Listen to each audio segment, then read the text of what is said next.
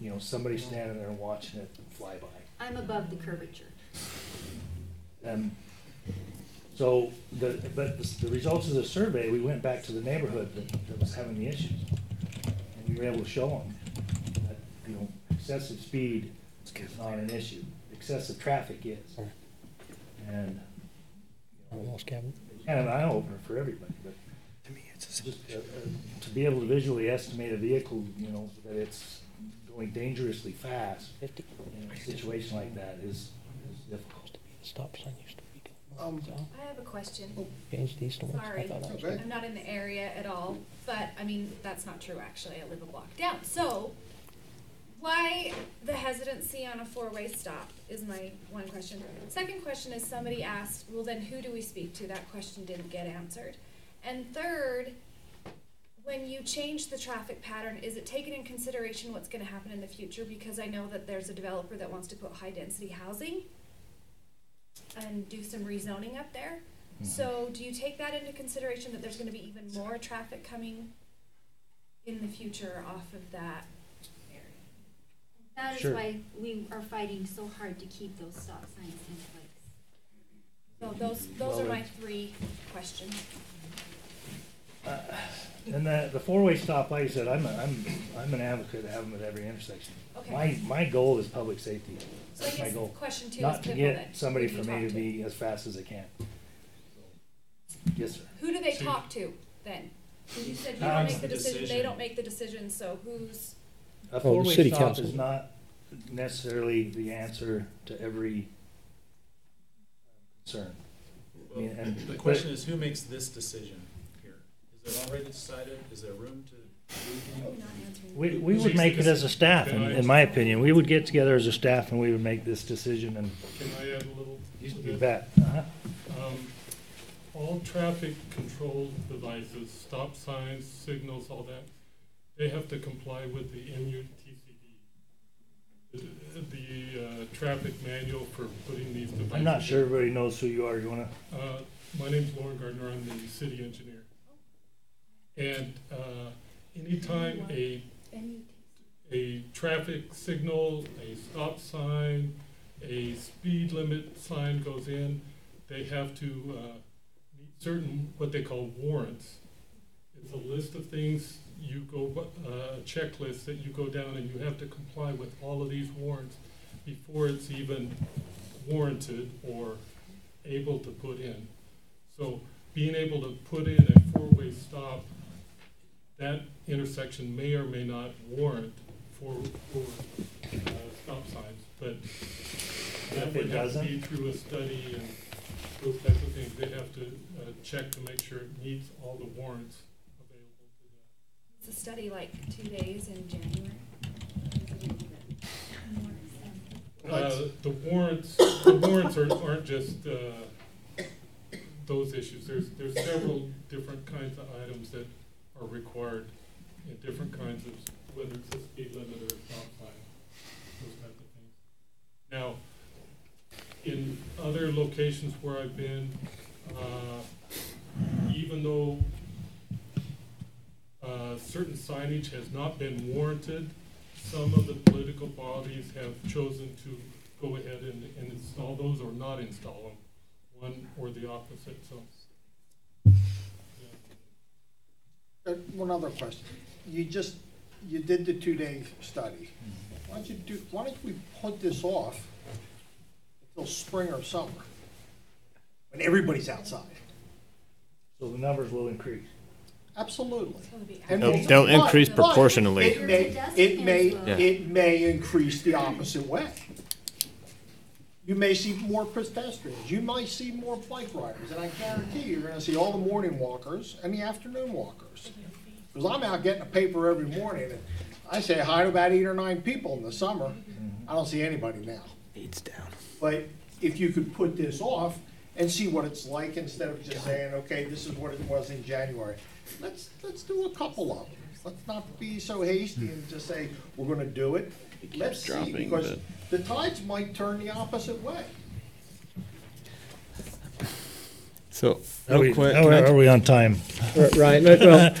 Well, so just real quick, I've been with the chief on many calls before he's been chief. Safety's his number one concern.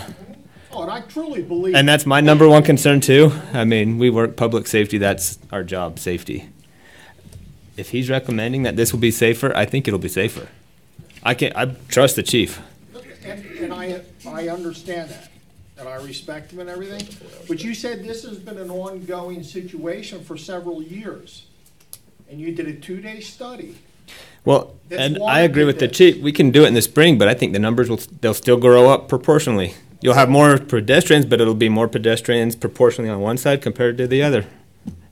That's Now, if the density of the population changed from winter to spring to summer on the 4 sides of the intersection, then there would be some change. No, because I think you'd see more kids walking to the park than Bates. So they wouldn't be crossing the same way. Okay? Okay, you see what I'm saying? Everything changes in the summer. Everybody's outside, the bikes are outside, everybody's walking. But I don't think it warrants a 6-month delay. The numbers of, So you've made your It's, decision, I've made my recommendations. okay. But the decision has been made. Yeah, it was been made, and we So- put it off. so- We put it off till tonight, so that there could be some consideration for you folks and your But concerns. but it's been made. Say yes or no. Come on. Yeah, exactly. It can be changed. It's It not. can It's be. not. It's not set in stone. Okay. The foundations were put in, and our intention was, based off leaving here still feeling good about it, that the stop signs were going to go up tomorrow. It was going to be a 4-way stop until Friday. We were going to have officers at both intersections, both in vehicles and on foot, to make sure that all the users of that intersection, one, got educated, either by red, blue lights behind them, or by a police officer crossing the road with them. And then next week as well, we don't have the resources to have 4 officers there during those, but next week we'd also have an increased presence. And then down the road, based off of our findings, from the next few weeks, that if speed is going to be a concern, that we just up our enforcement until the message gets out that we're not going to tolerate speeding. I can tell you right now, the stop signs the way they are now isn't going to keep somebody from reaching 40 miles an hour from 3300 north to 3200 north. It's just that that rate of a distance to be able to still do that the way it is now. So Seems to me like y'all have given him his input, and we need to let the chief go back and discuss this with his staff and come to a decision, not pressure him right now. Well, I still haven't heard him say that he's gonna go back and reconsider. I just heard that the stop signs are gonna go in tomorrow. well, I'm reconsidering. I mean, but again, I have to take into account that the advocates aren't here to speak their mind. They had the opportunity. It was posted. Everybody knew this was on the agenda. Now, the concern I had when I looked earlier today, when you look at the agenda, let me read it. What does it say? Number 5, discussion on stop signs on 3200 north, 3400 north. All the rest of them say discussion and/or action. This is the only agenda item that says discussion, and it says nothing about an action. That told me before I came here that I'm coming for no reason, okay? And I don't want to feel that way. But I Okay, hope we that have spent the time, we have made sure that as soon as we was made aware of it, and to your point, I don't know when the advocates called and requested this. I don't know what they've done because there was nothing on any agendas. So it's pretty difficult for me to accept that the advocates are not here.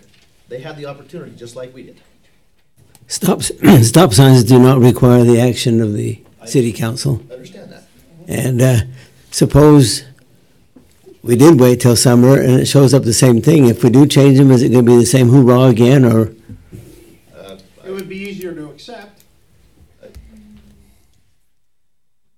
It would be. It would be like, okay, at least they put more effort into it. 2 days, come on, guys. I'm sorry, there was a similar study done about 2 years ago at the same 2 intersections.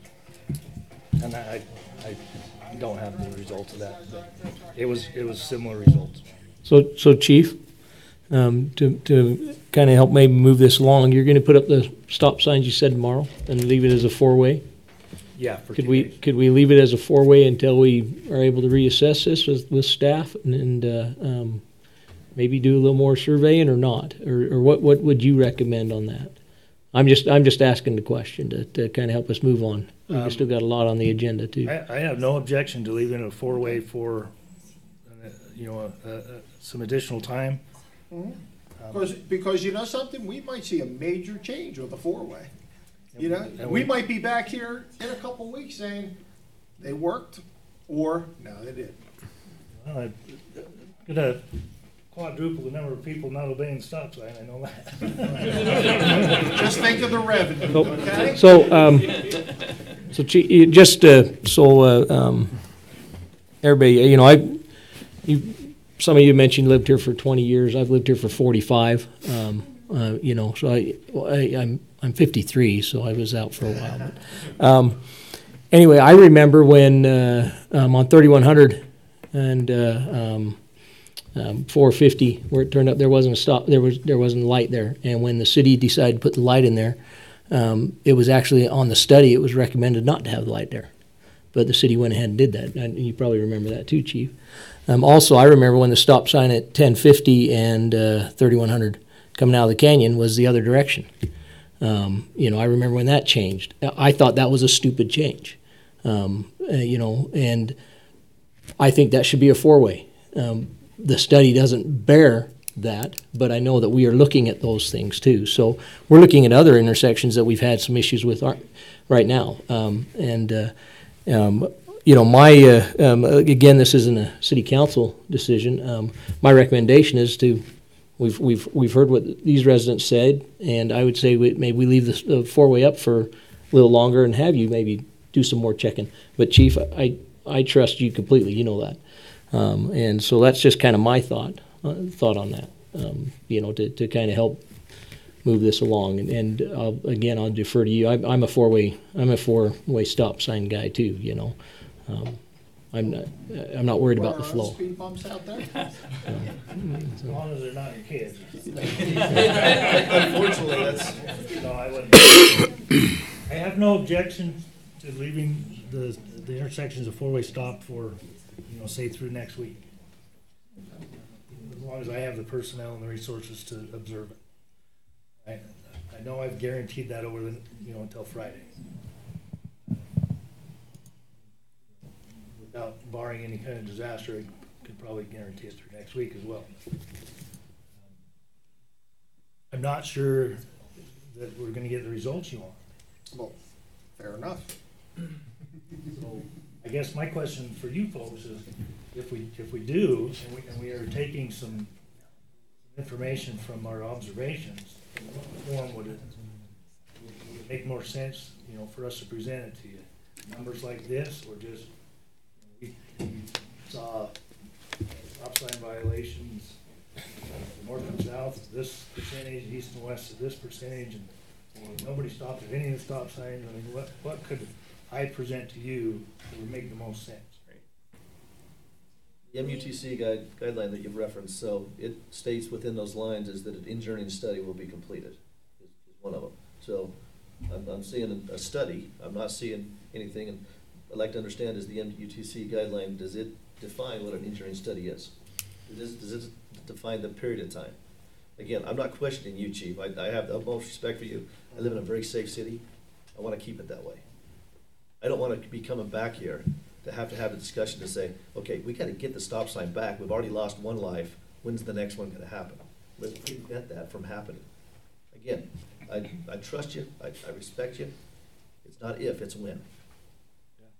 Why don't we leave it as a four-way stop until we have further discussion and study, and end this discussion at this point in time. We need to move on to the agenda for other items. I apologize for taking up so much time, and thanks you all for it.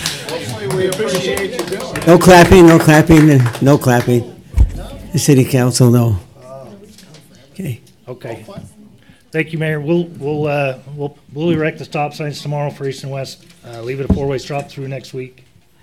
I'll figure out a way to get some numbers and to present to everybody, so we've got Okay. to make a Thank you. educated decision. Okay. Thank you. Thank you, Chief. You bet.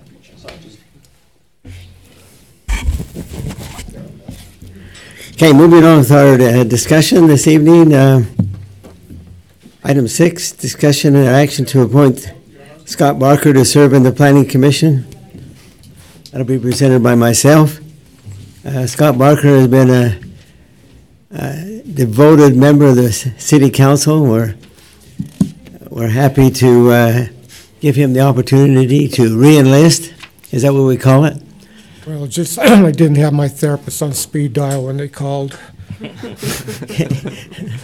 Yes. Somebody asked why you're still on the City Council, on the Planning Commission, is because I say yes? That does help, yes. Hey, how many years have you served so far, Scott? You know, I can't remember if I replaced somebody. Seems like you I did. lost track, so I couldn't tell you. I know at least been at least 3. I think it's been longer than that. I just know, I don't know if I replaced somebody, so it wasn't the full 4. And I didn't know time limits on that. I just sat down and said, here I am. I think you're on this. I thought you were on the planning commission before I was back here, You were, yeah, I was. and I've been here almost 4 years. So Has it been that long? God, no wonder I creak. I would recommend, if Scott is willing, that he continue to serve on the Planning Commission. Any discussion or questions? I'd move that we appoint Scott Barker to serve on the planning commission for into the next 35 years. No, for the next 4 years. That's Do I a have a 4-year vote? term. Do I have a vote on that 35? No, You're here. but for the next 4 years. I'll give you a pin. Yeah. Okay, there's been a motion by Councilman Turner, And I second that. and a second by Councilman Severing. Is this a roll call? Yeah. We'll begin the voting with Councilman Swanson, Yes. Councilman Barker, Yes. Councilman Severing, Yes. Councilman Turner, Yes. Councilwoman Stoker. Absolutely, yes. Gosh, I'm waiting Motion to hear some carries. no's here, people. Thank you, Scott, for your dedicated service. It's Oh, we been- appreciate what you've done. It's been quite an eye opener, let me tell you. I've learned a lot, and I found out I don't know much. But it's been a good eye opener how cities really work. And it's been well worth that. So sorry, Rob, you'll have to put up with me for a little longer. Thank you. Thank you for your service. Next item is discussion and action to consider a site plan for Ultimate Car Wash. The presenter will be Rob Scott, Planning Director. Mayor, I think we changed to look at the amendment first and then look at the site plan, if that's acceptable. As you are all well aware, the Village at Prominence Point project has 5 different components to it, as far as 4 different housing types, and then we have commercial. We're going to be considering the first commercial site plan this evening for your consideration and approval. One of the key components of the development agreement that is a part of the master plan community zones has a provision in it that says a couple things. The first one is that the city council is designated as the land use authority for approval of the commercial site plans.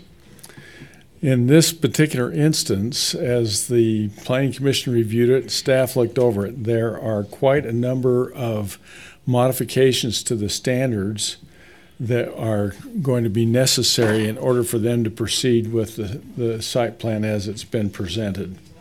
The Planning Commission is recommending that those modifications be approved. The question is, how is the mechanism to be put in place in order to do that? So the suggestion, and working with John as city attorney, identified an idea that instead of having to list every one of the modifications from the standards in the MPC zone, that the opportunity would be there to amend the development agreement in such a way that as part of your review of those site plans, that by making a motion to approve the site plan, you can include those changes or modifications, if you will. So we're that's trying how to, in essence, we're trying to simplify the process instead of making it, I don't know if the right word is onerous, but it's definitely challenging to keep track of all of these various changes and the recommended portions of the site plan itself.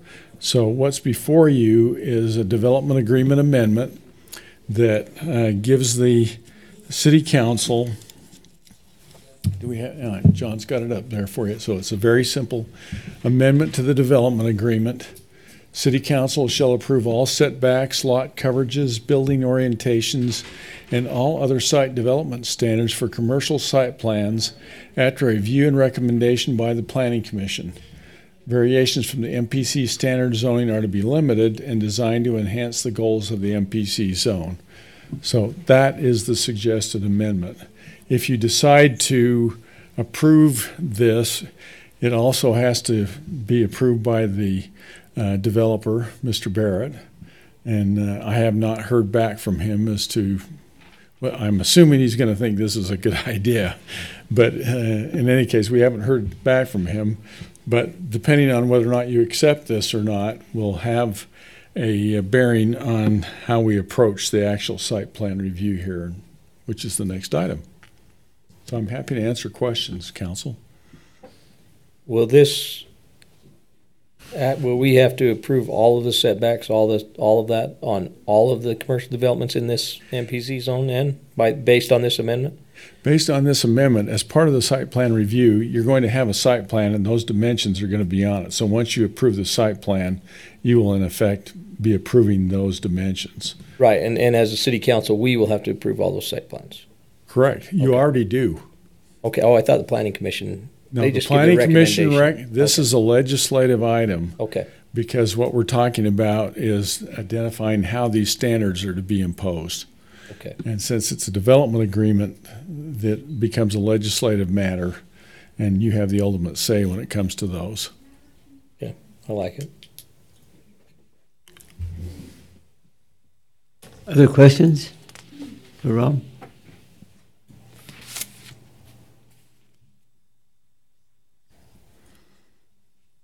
We have an amendment number for this, or? Yeah, it's A4-2019. What was that again? A4-2019. So, Mayor, I move that we accept the amendment A4-2019 to the Village of Prominence Point Development Agreement. Been moved that we accept the amendment to the Village of Prominence Point Development Agreement. Second. Been seconded by Councilman Swanson. We'll begin the voting. Is there any other questions or discussion? We'll begin the voting with Councilman Barker. Yes.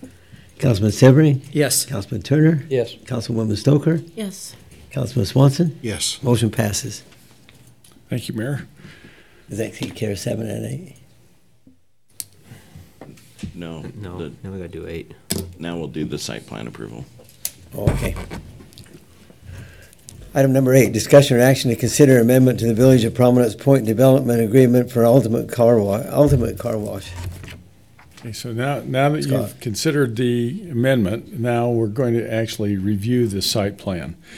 Now, this is I hope you didn't go to sleep reading how many pages this is. But there are a considerable number of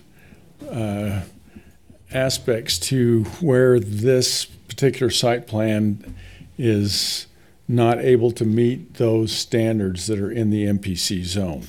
So I can go through all 11 pages, or we can go to the back of the document and I can highlight the ones that the Planning Commission has made recommendations on. So up to you, Council. What would you like me to do?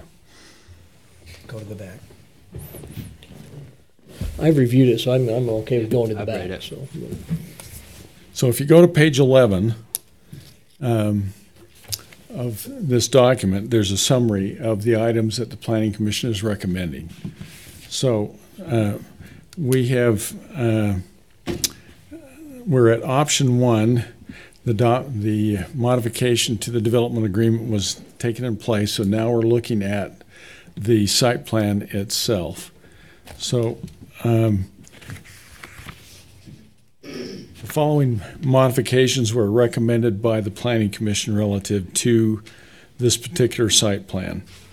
The standard is that building facades should comprise 65% of the frontage facing Washington Boulevard versus the site plan showing 53.5%.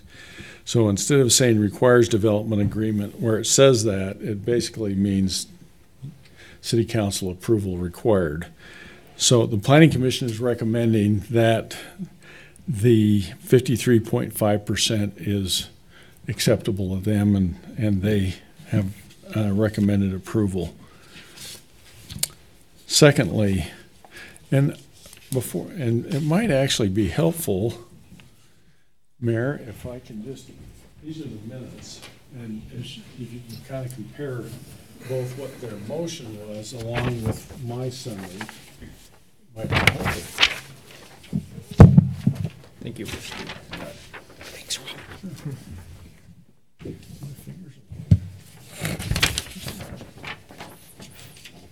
Thanks, Rob.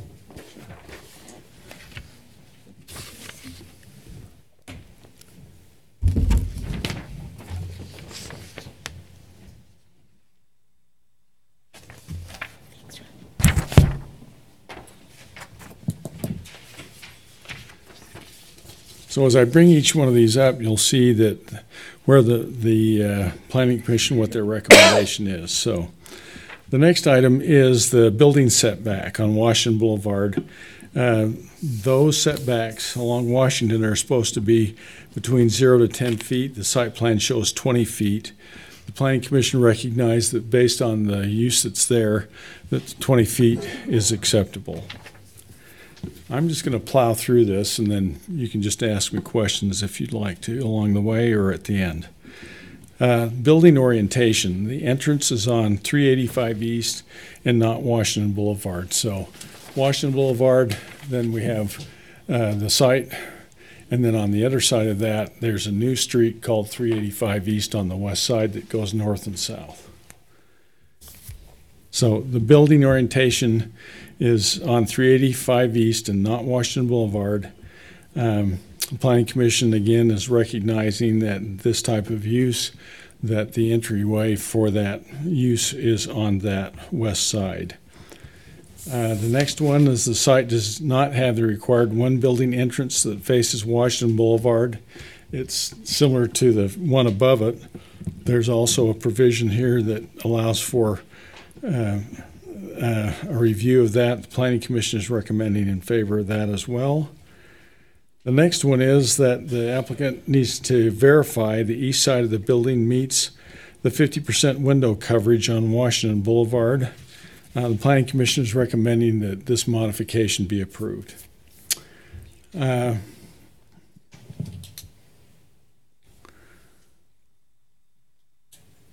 next one is the maximum length of any blank wall interrupted by windows, doors, art, or architectural detailing. The first floor level shall be 15 feet, and the Planning Commission is recommending in favor of that as well.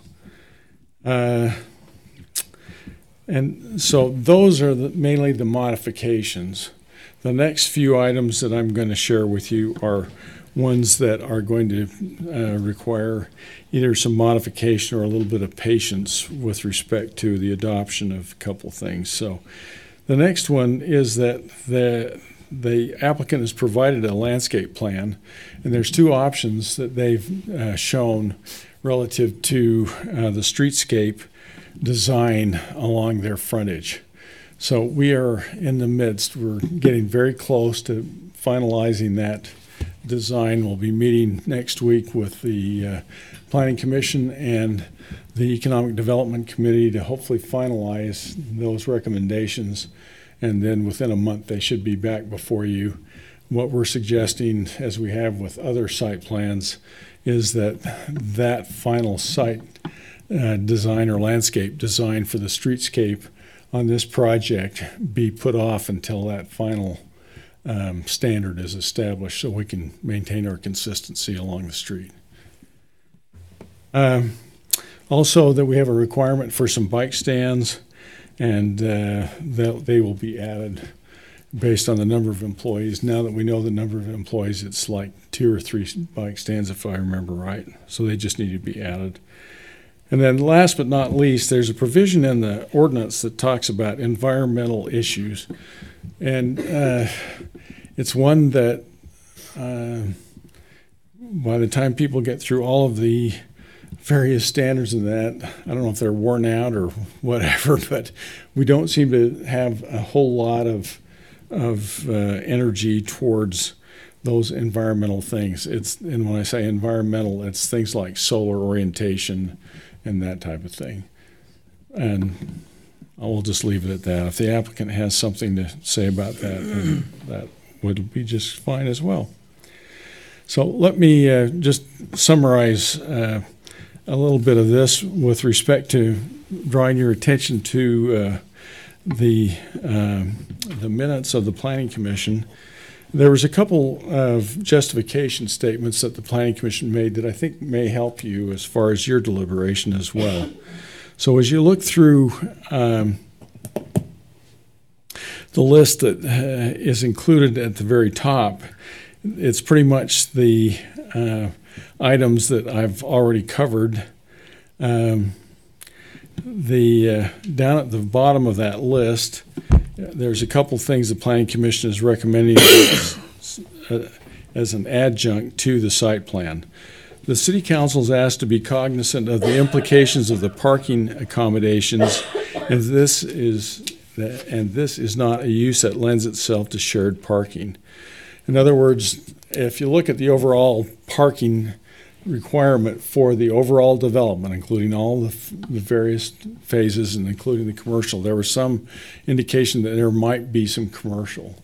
So what the Planning Commission is basically saying is that this use pretty much doesn't lend itself to shared parking.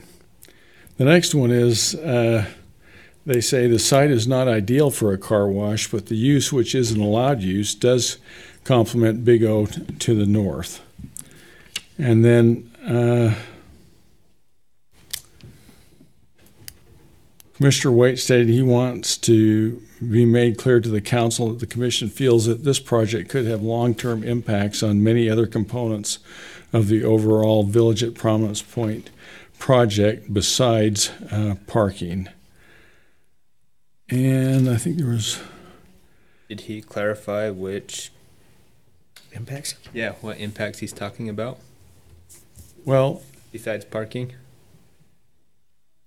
He didn't go into detail, but the whole idea behind Village at Prominence Point to begin with was that it was going to be something other than auto-oriented uses. Well, we now have auto-oriented uses, and it's a matter of making sure we take those things into account as we look at the various sites. On the back page, Commissioner Waite stated that the project's a good project, but he is disappointed that the overall project now differs so much from what was originally presented to the city for approval.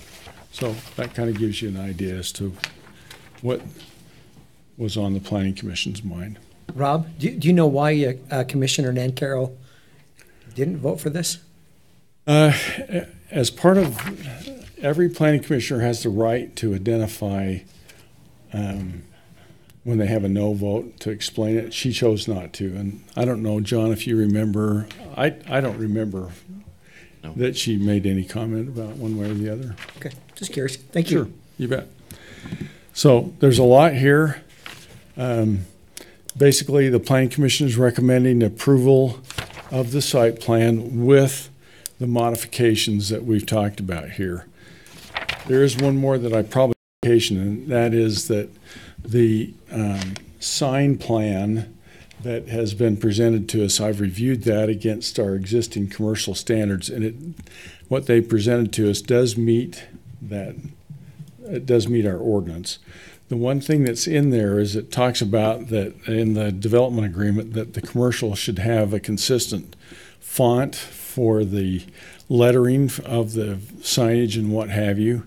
I've reached out to the master developer, Jack Barrett, to get his approval or whatever relative to that. I think you've seen the font. I mean, I think it's fine. Looks fine to me anyway. So we're going to need to verify what that font is so that as building permits and so forth come through and as other projects come forward, we can should share that with the various developers and sign companies so that they can be consistent. I think that's it.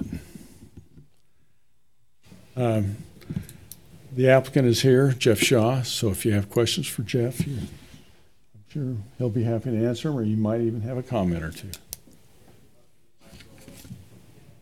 Any further questions for me, council?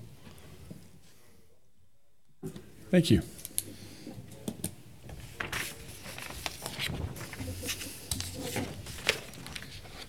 Thank you, Rob.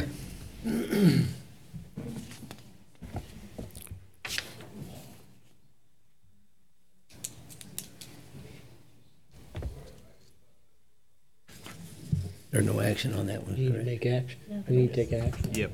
Yeah. Or So yeah, council, that if the council was okay with what's been proposed, it would be an action to approve. You can either approve exactly what the planning commission recommended, you could make modifications and suggest approval, or you could deny and say there's something that you need, for the application. So there's not a number, it's just a motion. I move to accept what the planning commission recommended on the site plan for the Ultimate Car Wash. I second that. Been a motion by Councilman Severin to consider the amendment of Village Development Agreement for Ultimate Car Wash. We got a second by Councilman Turner. Begin the voting. Any other discussion or questions? No, we'll begin the voting with Councilman Severin. Yes. Councilman Turner. Yes. Councilwoman Stoker. Yes. Councilman Swanson. Yes. Councilman Barker. Yes. Motion approved. Next item, presentation on the ordinance to revise the setback and use standards for commercial C1, C2, CP1, and CP2 zones, streetscape standards, and adding convenience stores as allowed use in commercial zones. Again, presenter Rob Scott. Thanks, Mayor. Back in the first part of December, the Planning Commission considered a site plan at 300 East and 2700 North. An O'Reilly's auto parts store is going to be built on that corner. As part of the deliberation, the Planning Commission was concerned that the setback for that building is required by that zoning, required a 20-foot setback, and in fact it was more than that because of parking in the front. The Planning Commission is concerned that as that is the first project that's in that vacant area in that they were interested in seeing if we couldn't do something about that so that future projects would have a more pedestrian-friendly feel. And so that's the genesis of this amendment. Now, you're going to be having some deliberation with respect to form-based code and what have you. I can say unequivocally it's sort of related, but it's not necessarily tied to it. This is a policy that is going to be something that's going to be significant irrespective of whether or not the form-based code is adopted or not. So on December 18th, you adopted the temporary form-based code land use regulation. And of course, things are moving along with respect to that. I believe you're going to have an upcoming discussion on that and its future. The Planning Commission reviewed a draft amendment that addresses their concerns on the, let's see. Yeah, on December 19th, they reviewed the draft amendment that addressed the concerns from December 5th. The Planning Commission then conducted a hearing on January 9th, and there was a member of the public that spoke at the hearing. So there's four parts to this amendment. The first one is the issue of front setback. So you'll see that what it talks about here is that the Planning Commission has the ability to look at setbacks, as you can see there in the kind of the highlighted area where it says front setback. And we're inserting the term buildings that front onto Washington Boulevard or 2700 North may be required to have a 0-foot setback as determined by the Planning Commission.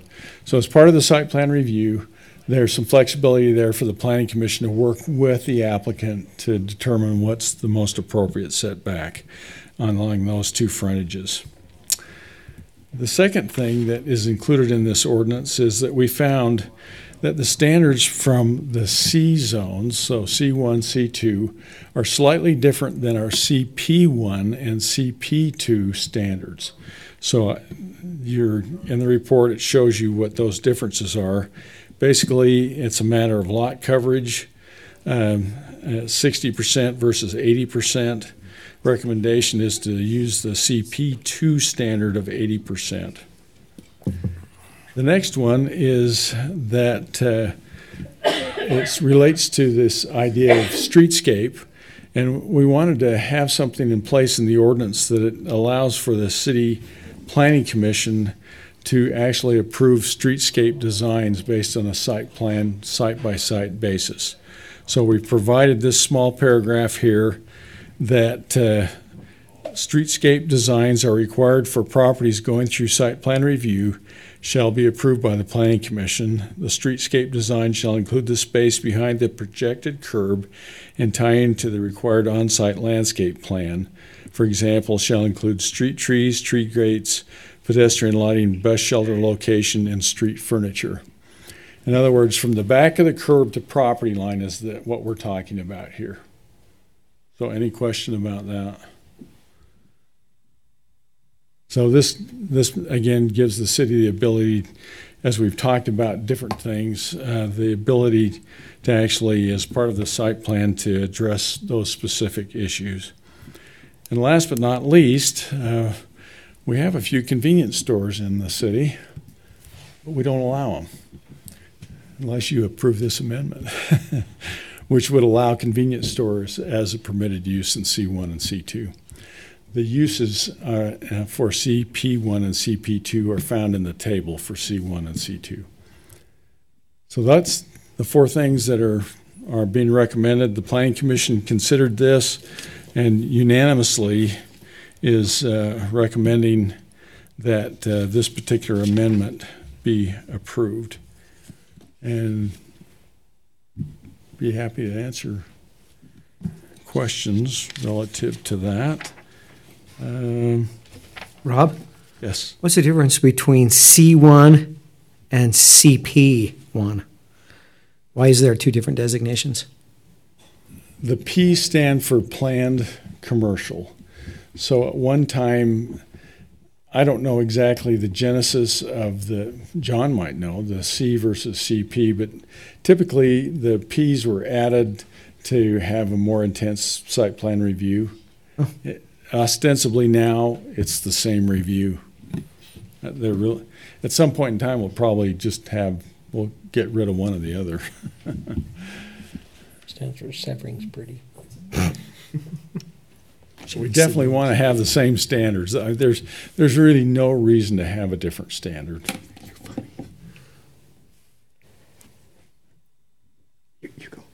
Any questions, council?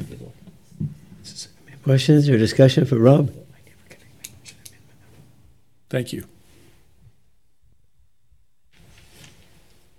Joyce, is there an amendment number on this? So there is an ordinance number, but with land use ordinances, the council typically does a public comment period. Okay. But we'll have, Joyce will get the number while you're doing that. On this particular item, the meeting is open for public comments on this item.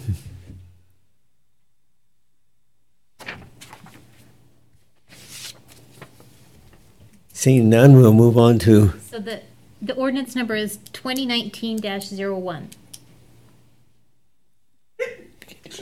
Bless you. I then would move to approve ordinance number 2019-01 as recommended by the Planning Commission for the setback standards for commercial C1, 2, CP1, and CP2 zones regarding streetscape standards and convenience stores. Council Severing, regarding the ordinance to revise setback and standards for commercial C1, C2, CP1, and CP2, including zones, streetscape standards, and adding convenience stores is allowed in use commercial zones. Second. Second. The second by Councilman Swanson. Any questions or discussions? If not, we'll begin the voting with Councilman Turner. Yes. Councilwoman Stoker. Yes. Councilman Swanson. Yes. Councilman Parker. Yes. Councilman Severing. Yes. Motion approved.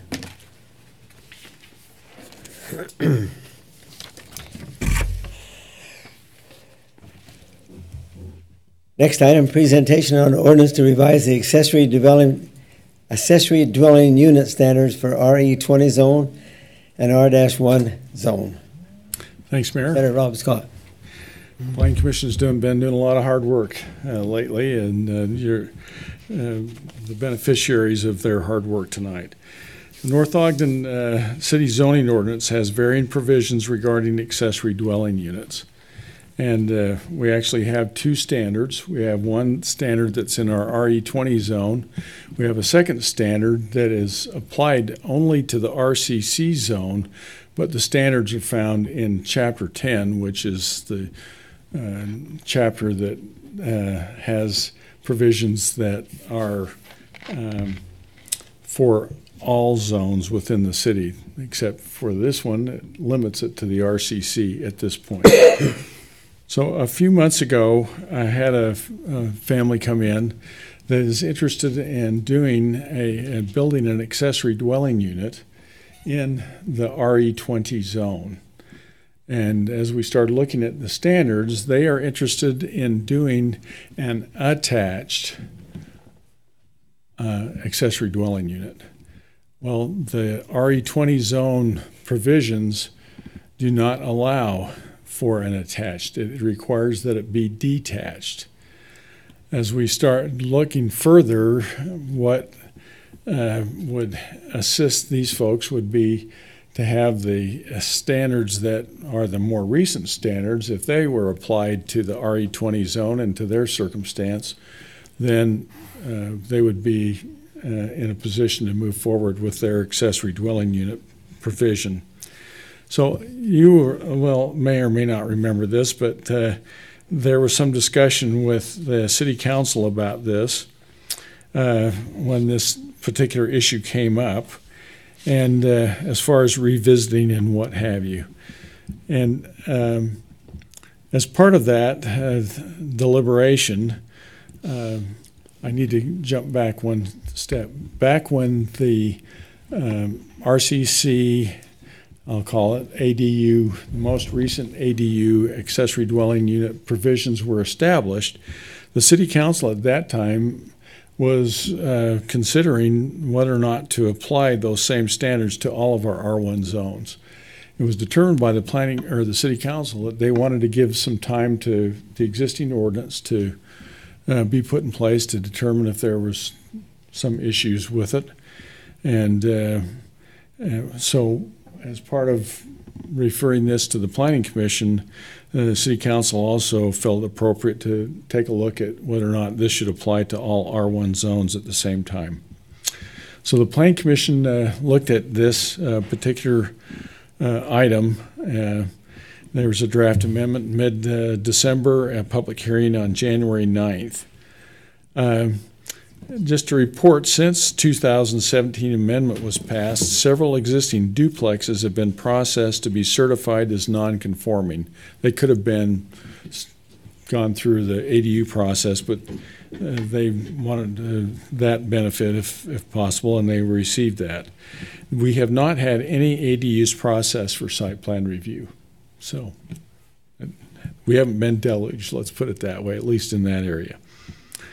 The next thing that I want to point out is that the state legislature is considering amendments to the state requirement that all cities have to abide by with respect to moderate income housing plan requirements. And I've given you a copy of what is an excerpt from that legislation that's before the state legislature today.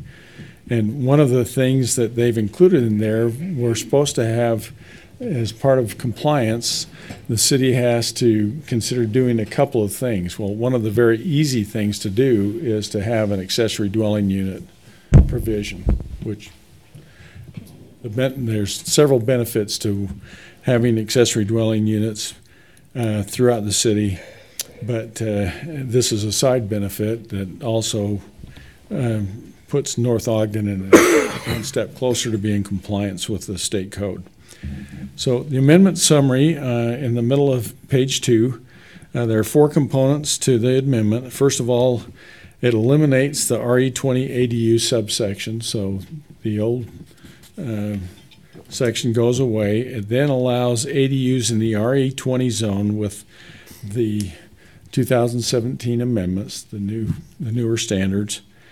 It also provides for allowing ADUs in just the R1 zones. We're not looking at PUDs, we're not looking at smaller zones or multi-family zones or anything like that, just the R1 zones. The other thing the Planning Commission was concerned about was making sure that the ADUs in the RE20 and R1 zones are subject to the applicable RE20 and R1 site development standards. So that's specifically in the ordinance. I've given you a summary of the existing 111034 accessory dwelling unit summary. And if you have questions about those, I'll be happy to address them. There's quite a long list of those. Let me just highlight a couple things with respect to the conformance with our general plan. Under our housing goals, goal number 1 is increase housing quality and variety. Encourage adequate housing types which accommodate life cycle transitions and changing population norms. Establish and adhere to high-quality building and design standards for all housing types so that development enhances the community character. The general plan housing goals and strategies are supportive of providing appropriate design standards and increasing housing types, for example, adding accessory dwelling units. So this particular amendment is directly consistent with our general plan. There's a couple others that relate to strategies that also talk about the significance of our housing circumstance. So the summary is that should the RE20 zone accessory dwelling standards be modified to be the same as those found in 111034, should all R1 zones allow accessory dwelling units, is the amendment consistent with the general plan. The Planning Commission unanimously on a 7-0 vote recommends the City Council adopt the amendment. They found that all other land use regulations will remain intact and that accessory dwelling units provide more options for residents to use their residences as they choose.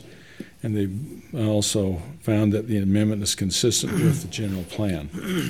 So I will be happy to answer questions.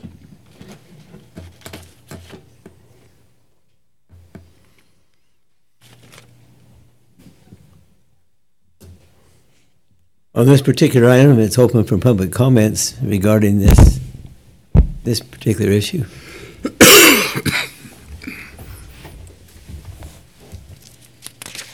Seeing none, we'd entertain a motion from the council.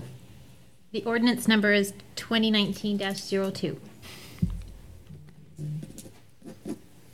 Mayor, I'd move that we approve ordinance 2019-02, revising the accessory dwelling unit standards for the RE20 and R1 zones as presented by Rob Scott. Been a motion by Councilman Swanson to approve 2019-02. Discussion has been given by Rob Scott. It's been seconded by Councilwoman Stoker. Advance.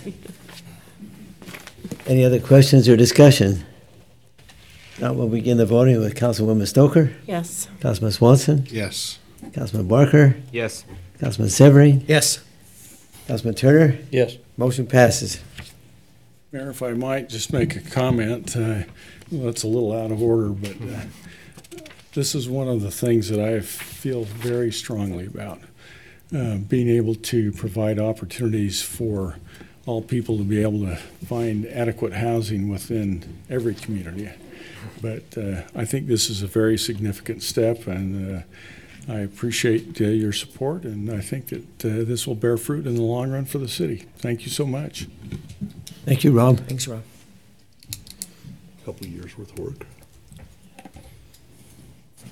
Next item, item 11, major project discussion or action to consider amendment with BH Incorporated for the construction of the White Rock Debris Basin. Our presenter will be John Call, our city administrator and attorney.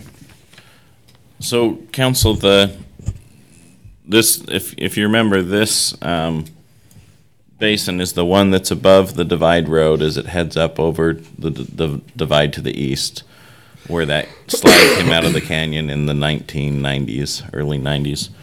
Mayor Chug remembers that distinctly because he was out there with a shovel cleaning up mud out of people's yards. This basin is it has several purposes and several things that benefit the community. It does also primarily benefit the landowners who are directly below the basin, and in fact, there's the person who's contributing the majority of the funds for the basin is a subdivider, and their plan is to build houses below the basin, you know, assuming this is, with this being safely constructed and thereby mitigating the risks for that flow in the future. We had 8 people submit bids on this project, which is pretty high. That's a good number of projects, and they ranged everywhere from $823,000 to $1,797,000. The biggest thing that was the shift in the mitigating factor, I guess, is this line here, which is the earthwork. And the majority of that cost is taking all the debris off the hill and taking it other places. Our consulting engineer with CRS has told us several times the person who's going to win this bid will be the person who finds a place to put that material and possibly resell it in a commercially viable way. It's very good material. And so with BHI coming in essentially almost $1 million lower than the highest bid, CRS had several conversations with them to make sure they were comfortable with their bid. There wasn't something they'd missed. But the impression we get is that they have probably a place to not only take the material, but probably sell it on the open market. They are a reputable firm. CRS has every confidence in their ability to complete this project. It's essentially a 4-month project, 126 days from the day we give them the notice to proceed. And the reason for that is we don't want them pushing bulldozers and stuff up on the hill in the dry season, you know, in the August timeframe. They will actually reseed the hill after August, because in August there's no water or moisture to help the seed take, and so that'll actually happen after, you know, towards the fall, September timeframe. But essentially all the dirt work will be completed at the beginning of, or, you know, before July is the hope. So do you have any questions about this contract or about the scope? I don't think we've ever used BHI, have we, Dave? So they're a reputable company in Utah, and they've satisfied all our bid bond requirements and things like that. So any questions for me about this agreement or this project? One thing, if you remember the last time we talked, the engineer actually got up and said their bid estimate for this project was going to be closer to the 1.3, 1.4 million for construction. And it came in much lower than they even expected, which is actually really good because 100% of the cost will be covered by the federal grant that was received for the project and the money from the developer or the landowner. So it's essentially the cost the city has is the carrying cost, so the lost interest on any money we expend on the project before we get reimbursed from the state. Right now, our PTIF fund, I think, is giving us about 2.5% in a year, so you're losing 0.02% a month or something like that. So it's a fairly minor amount in relation to this safety feature for the community. So that's what I've got. Discussion or questions, council? I would then entertain a motion. It's agreement A5-2019.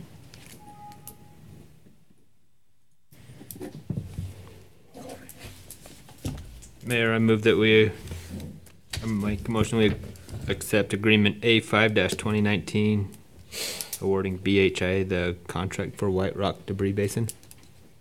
I second that. We have a motion by Councilman Stoker to Barker, sorry. It's getting late and I got jet lag from Italy, so. It's the hair. Okay. To accept the agreement with BH for the construction of the White Rock Debris Basin, which is A5-2019. Do I have a second? I second that. Okay, Councilman Severin as a second. We'll begin the voting with Councilman Swanson. Yes. Councilman Barker. Yes. Councilman Severin. Yes. Councilman Turner. Yes. Councilwoman Stoker. Yes. Motion passes. Item number 12, presentation to determine the design of the detention basin on 2550 North. Presenter will be John Call, City Administrator and Attorney. So, council, as you remember, this was discussed at our last meeting and a few prior meetings. Essentially, the two questions that we need an answer to finalize the environmental analysis. The state did get back to us with a few comments.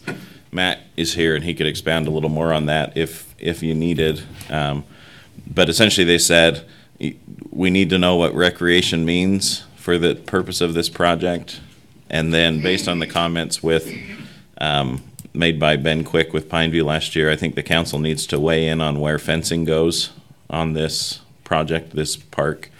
And so that's kind of the two main points. We've got everyone here. You can imagine Lauren's here, Dave's here, Tiffany's here, who, to answer questions with the council, anything that's come up in the past week or 2 weeks.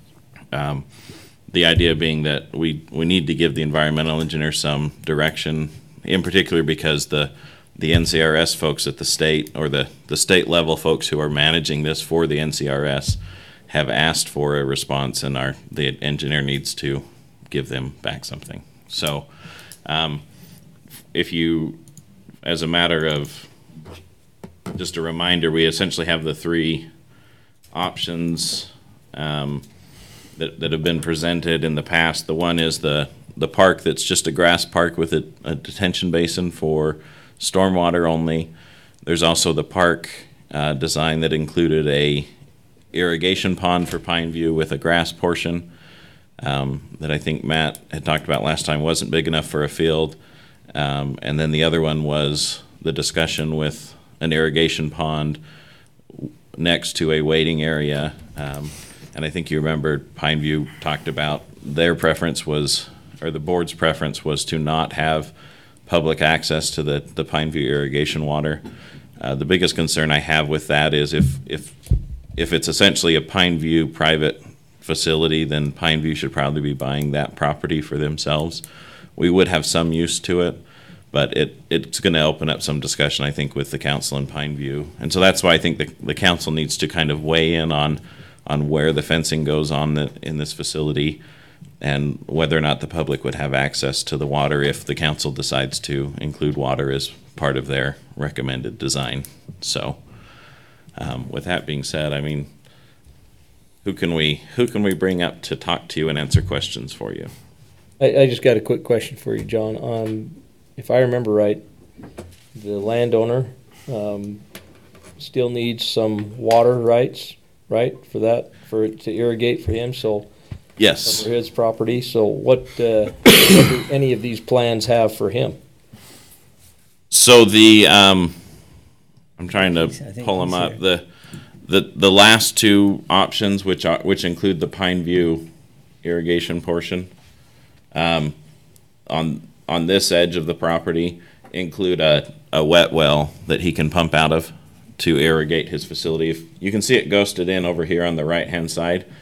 There's currently an existing man-made pond that he's pumping out right now to irrigate his fields, his pastures there, and so he would need something. If we wanted to go with just the grass option, we'd need to work with Pine View on getting a pressurized connection for that property, because there wouldn't be storage there for him to use with the canal shares that he's currently using. So if we had to work something out, what is that going to cost us more? To bring this property into Pine View's irrigation district is hundreds of thousands of dollars, and I don't know what that. I don't know the exact amount. I know the southern 15 acres. I wanted to say it was $90-some odd thousand to bring it in, so it's about a 40-acre parcel. So there's some costs associated with that ultimately are planned to be paid for by development as it develops. But it wouldn't be an immediate need if we provide a wet well, from the Pine View facility. Okay, thank you. And for the council who doesn't know what a wet well is, it's essentially a tube would run out of the bottom of the basin onto the landowner's property, and then he could pump out of it. Think of it like a straw that pulls water out, but it's not. It wouldn't run through Pine View system. It would come out of the bottom of their basin.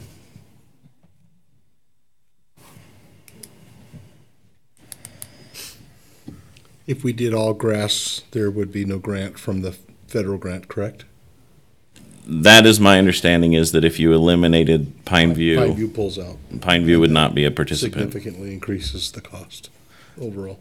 I think it would increase the cost to the city, right, based on the numbers we've seen from the NCRS. But we have to do a detention pond of sorts, no matter what. We need stormwater detention. That's the whole purpose of grass.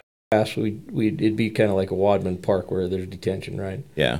But if we added the Pine View, then they help pay for it, correct? Yeah, and this project was originally conceived back in the 2015-16 range as a way to free up the existing basin for commercial development.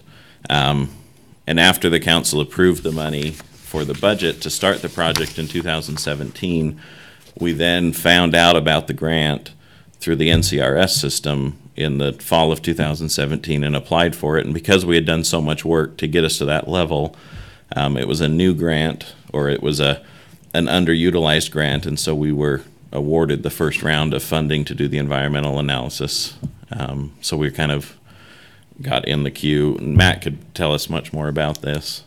I hate to have all these folks sit back here and not take over the conversation, because they're all experts in the various components. So I don't think they care. Matt loves to speak. I've heard Matt and everyone speak many times on this. In answer to your question, that's the kind of facility I like, what you have up right now, if any of the council's wondering. John, do we, I prefer the park myself, and I think that would be something the citizens in the area would prefer. This one? That one? Uh-huh. Or the one with the grass? Yep. Yeah. So, sorry, I was going to the all grass picture. You're saying you prefer this one? Yes. Well, we have to put the detention pond in, right? The irrigation If pond. Pine View's going to participate, they need an irrigation pond. Right, so this is the one that is more expensive. If I remember right, it was like $4.4 million. Am I remembering correctly?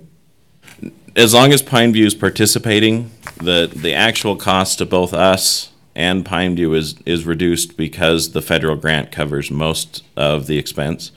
For example, the federal grant covers half of the stormwater cost. So the city, if we built a stormwater basin on our own, would pay twice the amount, if that makes sense. So it's still, any way you cut it, it's going to be an expensive project. It's just the federal grant covers more expenses if it's a irrigation and a stormwater and a recreation facility. And it, as Ben said last time, we have to have two of those three components. And the one we've talked about eliminating was the recreation portion. But his interpretation is even a park counts as recreation. So how soon would we need to actually build the, make the field and the grass? Is that something that has to be done immediately? Or can that be something that can be done in the future? So, Matt, do you know what the timeline is on this project? Like if we said start tomorrow, it's going to take a while to complete. Depends on how fast we sell the land is how fast we have to move. If we sold that debris basin on 2700, it'd have to move quite quickly. Well, that's what I just kind of like that idea of getting that sold before we even really progress. I mean, we can make a decision and then get that property sold. But we can't wait that long because of Pineview and everything else. So the environmental report is underway. The draft has been completed and it's being reviewed. The comments that John talked about are from the review center around the fact that we've said recreation, but we haven't specified what that is. So as part of to complete the environmental review, we need to be more specific on what the recreation components are and how they benefit the project. They kind of want a cost-benefit analysis done so that they know that when they give money to the city to build some recreation facility that they're getting something in return, right? And so right now it's very vague, it's very generic, the wording in the report, and they're just asking for a clarification of what recreation means, what we're going to put in the park, and then what the benefit of that is to the project, so that they know that the money's being used to provide a benefit to the project. The time frame on this is they want to have the environmental report completed and approved, I believe, they'll have to go through a public hearing process. I believe that would be the April-May timeframe when they would hold that open house and complete that. Once that is completed and approved, then they proceed with what they call the preferred alternative, which is what we're proposing, whatever that is in the end. And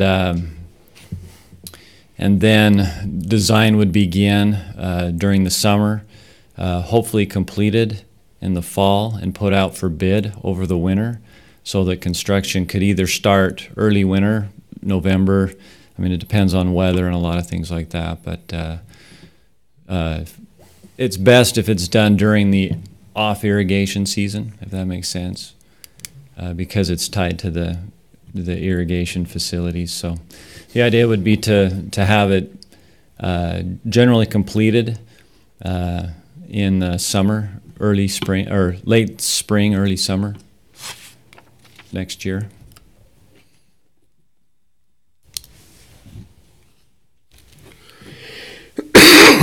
So I guess, John, if you could just clarify for me, so what is the city's cost in all of this? Could you just clarify that for me? Yeah, I'll go to the city website and pull up the estimates that we've got.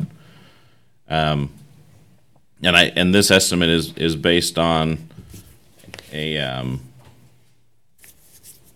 sorry, I'm trying to do two things at once, but it doesn't include the sale of the property in the estimate, because we're just trying to show what the cash outlay is.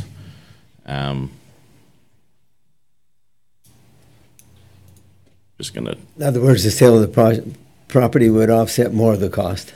Right. Okay? Yeah, and so my curiosity would be, I'm not sure what kind of a process the city goes through to be able to sell property, but how quickly can we get that property on the market? We can offset these costs. So we could put it on the market immediately. The biggest issue we'd run into is most folks wouldn't close on the property until the detention basin is moved, and the detention basin can't be moved until the new one started.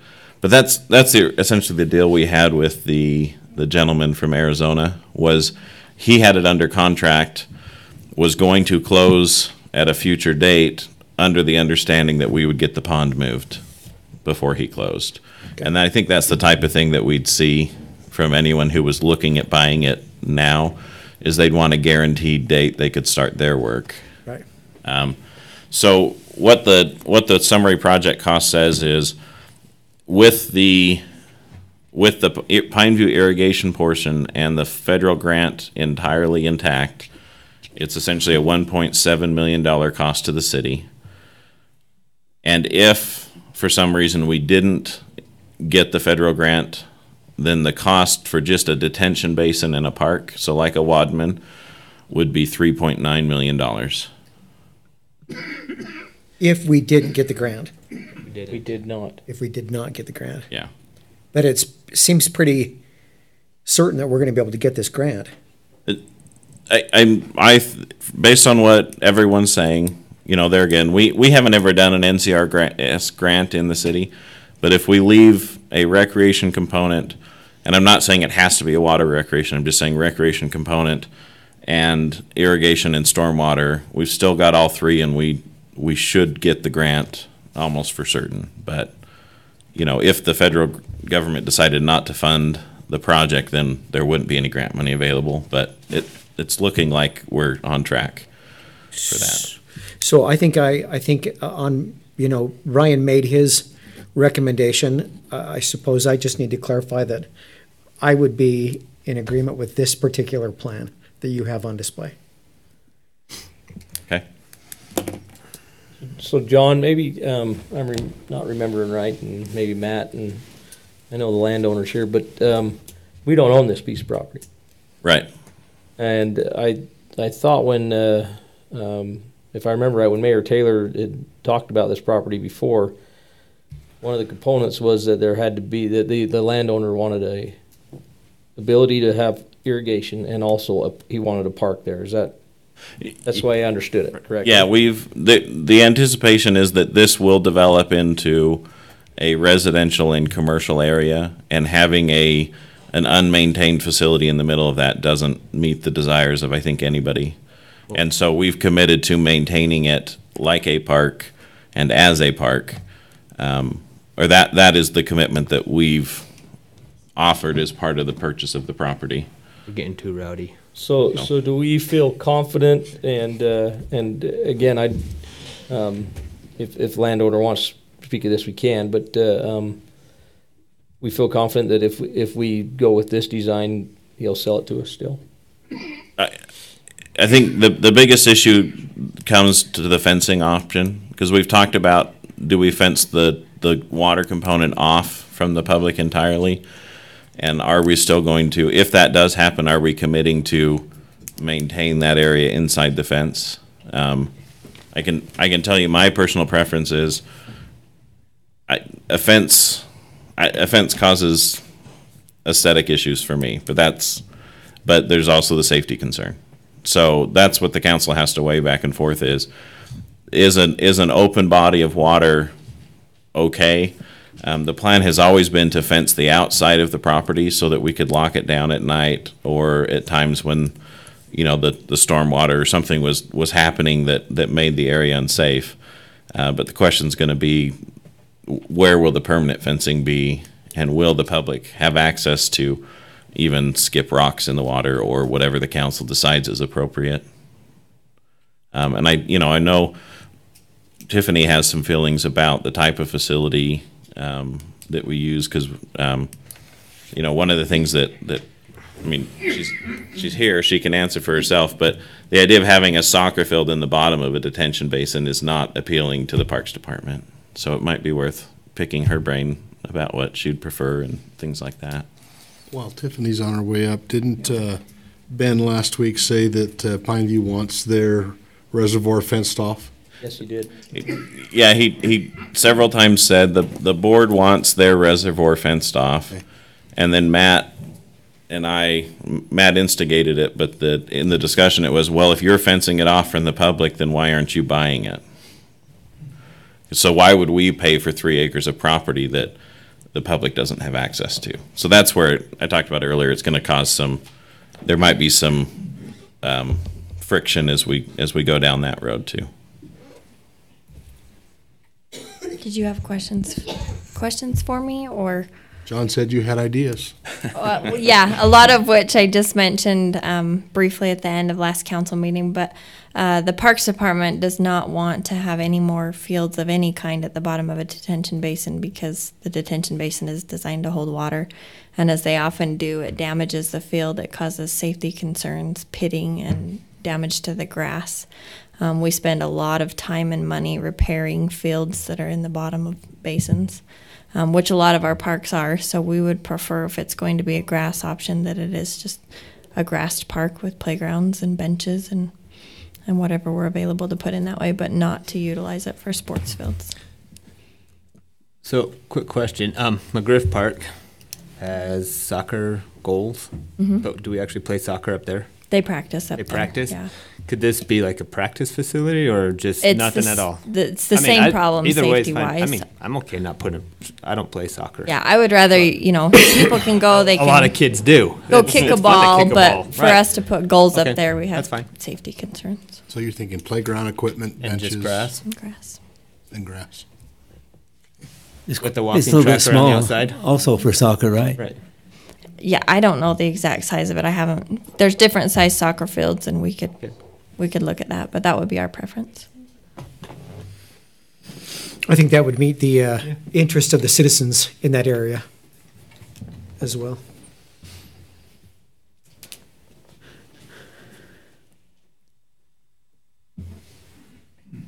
Other questions or discussion, John, to answer recommendation? my question, if we deal with this plan, will the owner still sell it to us? That was my question. That's You feel my confident? understanding. Okay.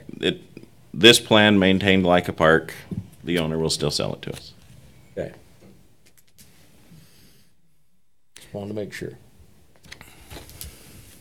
So then the next issue is the fencing and Pineview, right?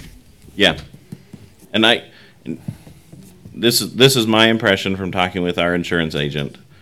There is a risk with water. It's not a big enough risk that it's going to cost a lot of money to insure it. But there is always, whenever you have open water, just like the canal companies deal with the risk of someone drowning, that there's that risk. And so the question is going to be, from the council's perspective, is there access to it? If there is, what kind of access? We don't have to encourage swimming. The new Smith's Park out in Far West specifically says no swimming.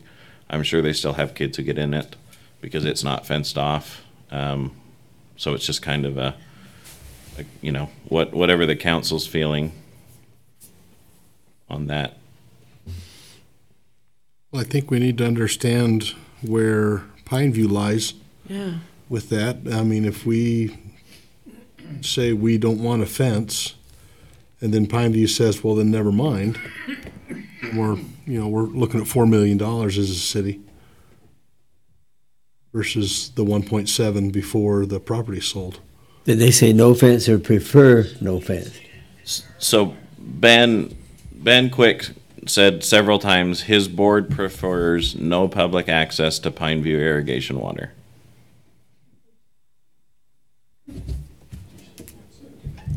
And I don't know how to say it other than just his words, and the only reason I'm trying to quote him is he just kept saying my board prefers, and I don't know if that means he supports it, he doesn't, what the insurance company thinks. Since the inception of this, we had always talked about indemnifying Pineview from this event, to make sure that or from the event of a risk, so. Police are coming now. Yeah. Mayor and Phil are in trouble. John, can I ask one more question? So, do you have the little red pointer? Somewhere. Just run up there. Yeah. Run up there, Blake. Okay. Get some exercise. No Get your idea steps where it in. is. So, this part is supposed to be maintained as a walking trail, right? That's the way it's been drawn, is a walking trail to Oh. circle the. Around the whole thing. So it'll go around the entire complex. But Pine View is gonna want a fence this way, right? This might be it. There'll Yeah, already that's- be a fence around the outside, but yes, that's what you're talking about. But yeah, there will be a fence on the outside, but there'll also be a fence. Pine View wants a fence. to Correct. keep- Well, I think if there's gonna be a fence around the water, then the only other portion that the city would have to fence would be the north end. Because if there's not a danger for water, then we don't have to fence the rest of the park off. If that makes sense. So this area over here wouldn't need to be fenced off at night.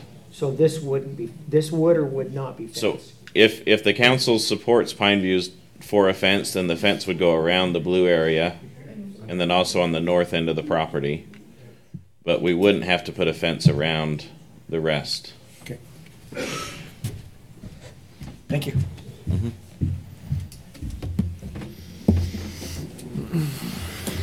Well, if Pineview prefers a fence, then that kind of takes this discussion out of the, I think we try to work with Pine View on the fence.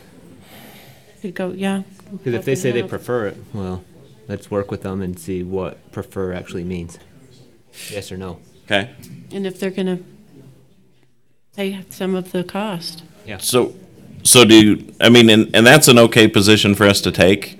Because if this is essentially the consensus of the council, this type of a facility, where the fencing goes, the purpose of the discussion tonight is to take that and give it to go and approach Pine View and say, this is where the city's at on the fence.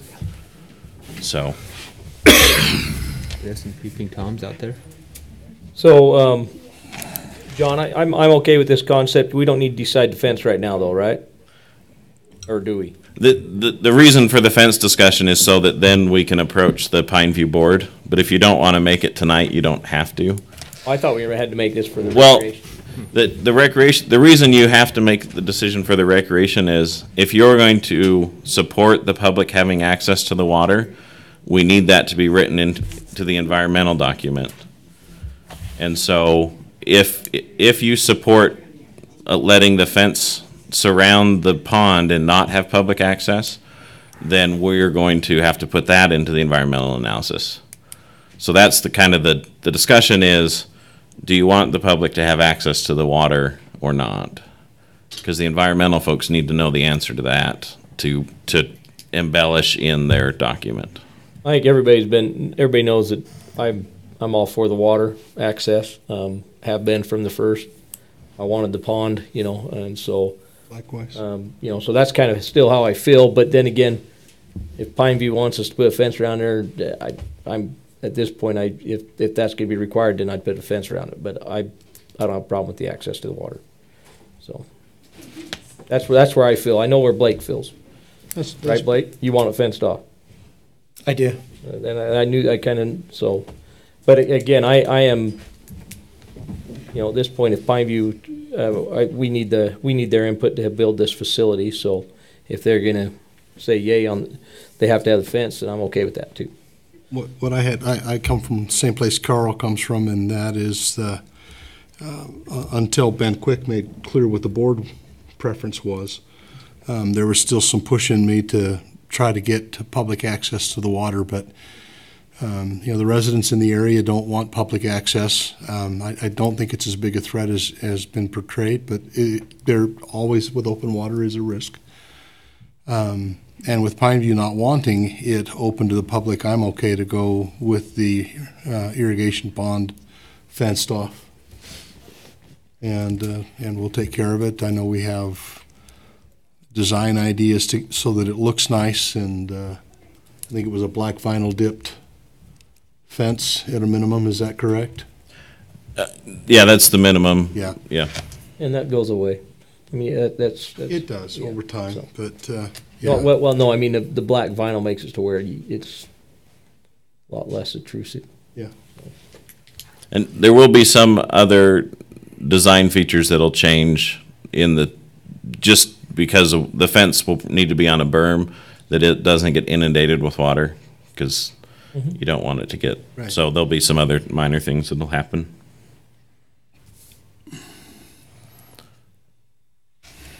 So my only hesitation would just, or my only encouragement would be that we just need to get that, ground on 2,700 up for sale. We can do that. We have already declared it as surplus property, so it's just a matter of finding the appropriate way to list it and get it out there on the market. And typically on this type of a property, there'll either be someone who will find a broker to list it for free for the city, or we'll go out to bids to find an agent to list it for us. Just because it's, if you figure it's worth $1 million, that's a $60,000 commission if it's at 6%. So, that's something that we would bid out unless someone was offering it for free. So.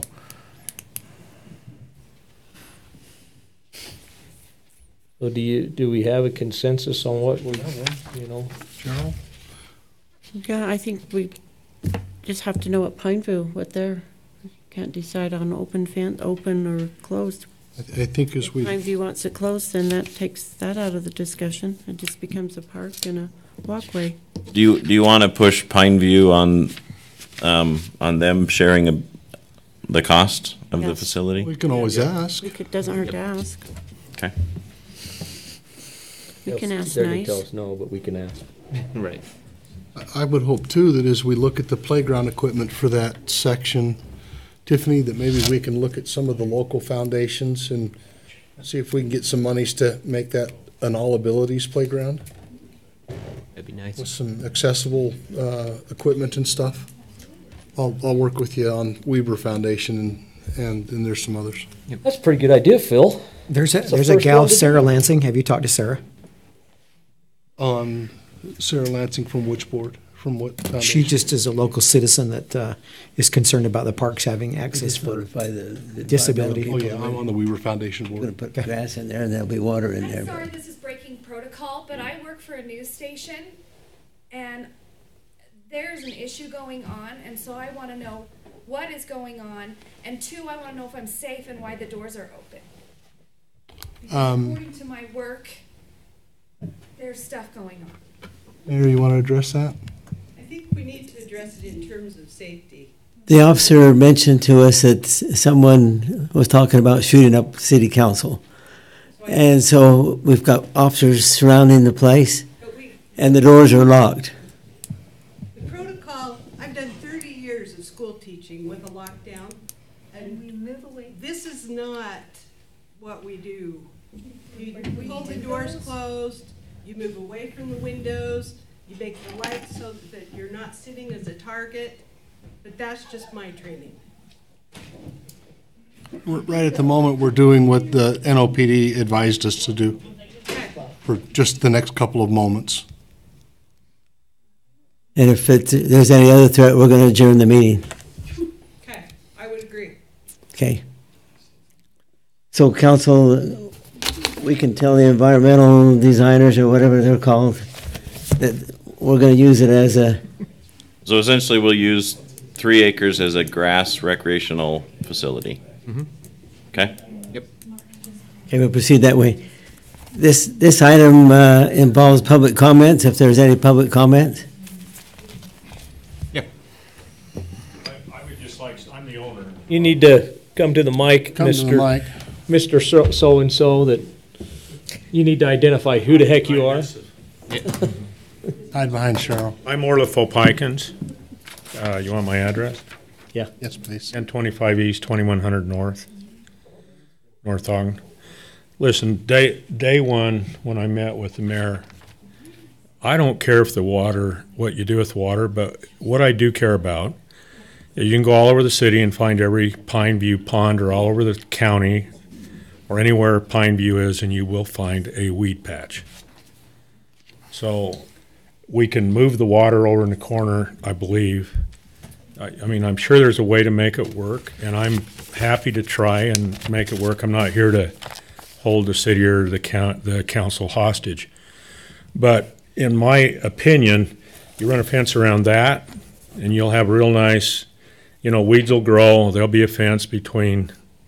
I have one right up next to the farm, if you'd like to come up and see it. Actually, that's a city facility.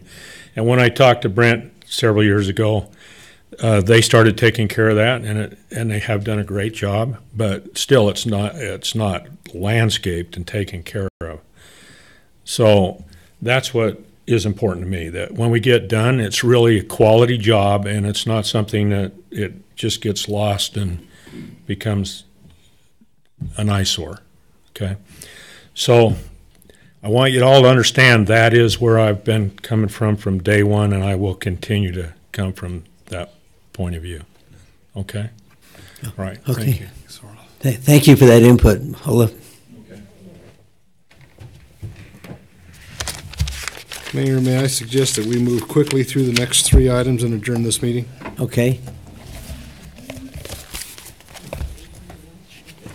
Items, Well, was there any other public comments? We only had the one. Is there any? I do, So. but now I'm all scared of it shot through the window. It's safe, I tested it. Wait till you cover the Trolley Square shooting, and then you tell me how you feel about it. Meg Sanders, 2915 North, 875 East, North Ogden. I really am nervous about standing here. I know that sounds dramatic, but I was outside of that shooting covering it for the news station, so you could see inside because of all the lights, but so I had a question about the timeline of the pond. There was a letter posted. Oh, hold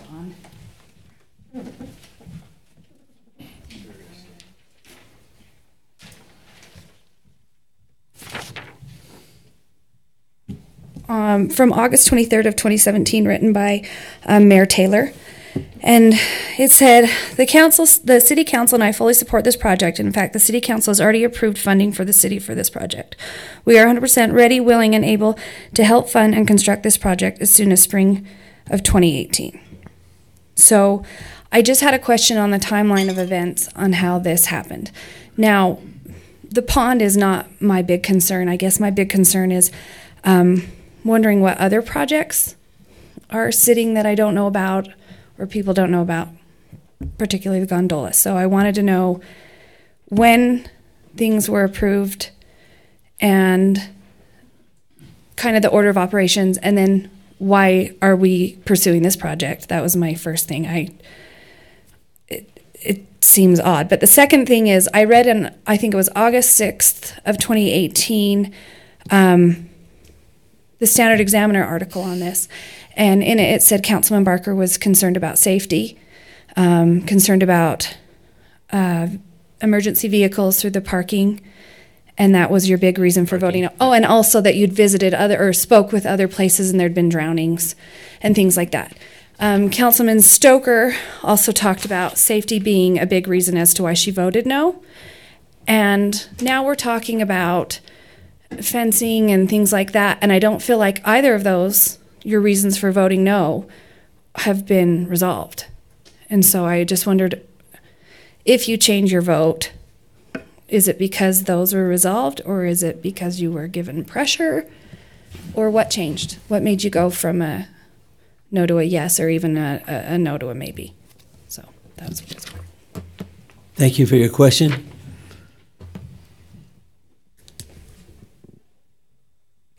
So, Council, I can answer the question about the timeline.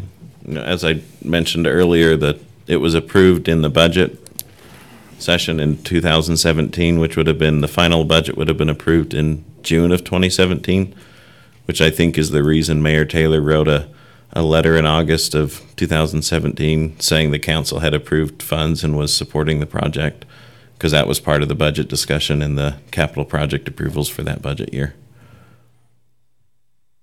So that's the question to that, or the answer.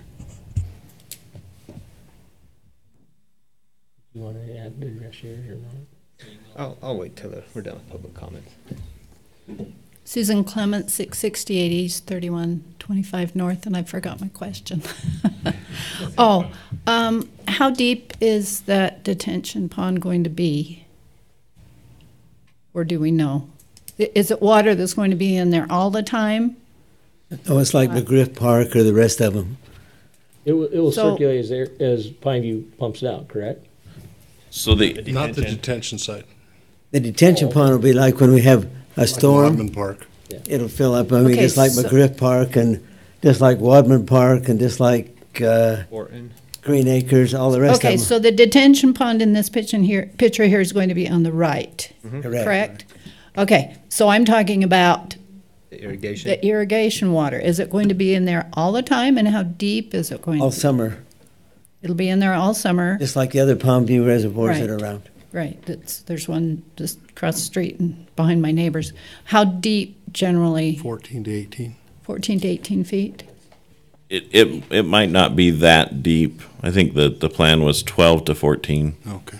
And that might change depending on what the final design is, but it'll be deep enough that you'd have to know how to swim if you went into it. And I think Councilwoman Stoker and Councilmember Barker and Severing have voted to fence it, correct? So they haven't changed the vote that I can see. So, and Councilman Swanson is kind of going that direction too. So it kind of sounds like that very deep Pineview water is going to be fenced. Is that correct? In this design, it would be. Thank you. Thank you for your comment. Randall Wynn, 2412 Barker Parkway.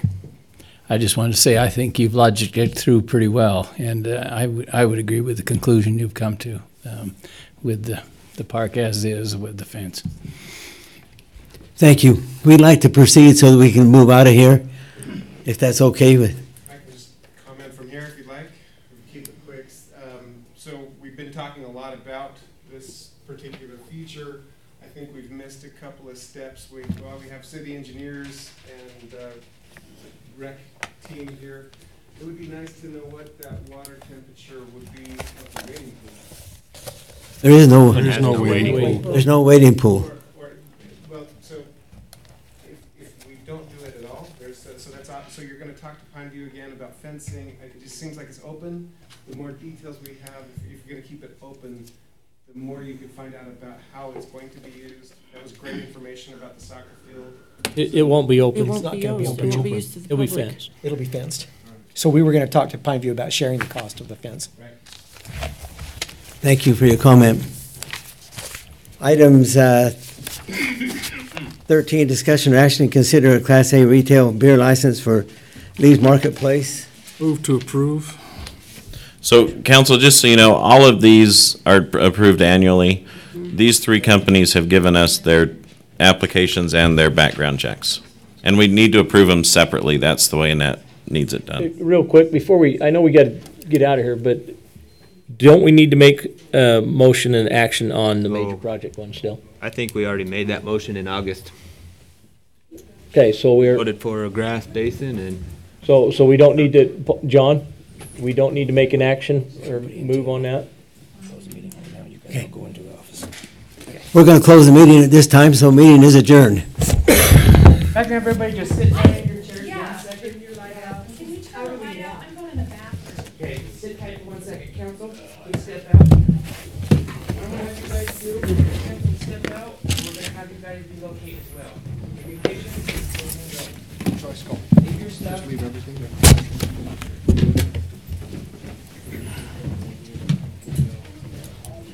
Go ahead, Mayor. You're more important than me. I'm older. John? I'm You just- all right? Yeah, I'm just trying to make sure the camera doesn't stay on. Everybody else, we're gonna move you into a